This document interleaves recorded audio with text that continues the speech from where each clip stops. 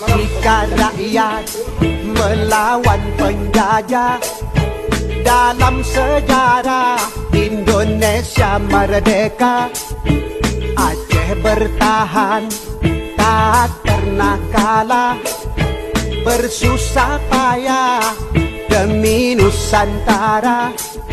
Soekarno-Hatta ke Aceh datang, mohon bantuan untuk bangun negara. Rakyat menyumbang 2 kapal terbang, cikal bakalnya PT Garuda. Kala agresi Belanda kedua, Soekarno-Hatta ditawan Belanda. Mr. Safrudin Prawira Negara kendalikan RI di Aceh Sumatera.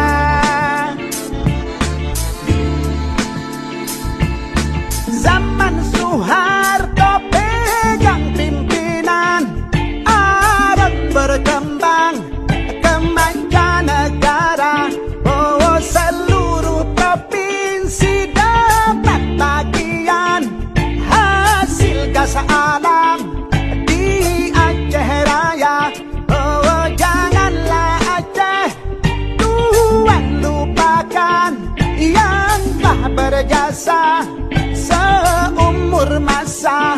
Oh, cinta yang ikhlas mari wakafkan, negeri yang aman, rakyat sejahtera. Oh, janganlah Aceh Tuhan lupakan yang telah berjasa seumur masa. Oh, cinta yang ikhlas mari wakafkan, negeri yang aman, rakyat sejahtera.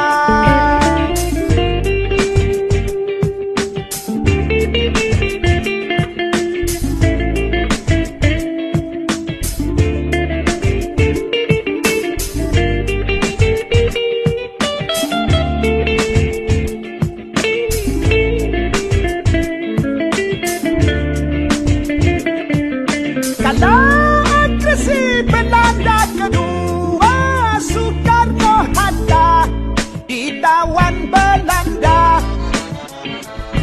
Mr. Safrudin Prawira Negara kendalikan RI di Aceh Sumatera.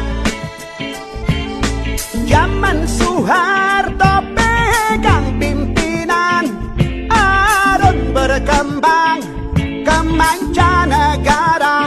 Oh, seluruh provinsi dapat bagian hasil gas alam di Aceh Raya.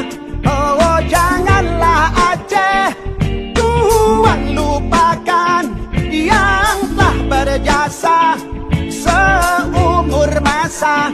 Oh, cinta yang ikhlas mari wakafkan, negeri yang aman, rakyat sejahtera. Oh, janganlah Aceh Tuhan lupakan yang telah berjasa seumur masa. Oh, cinta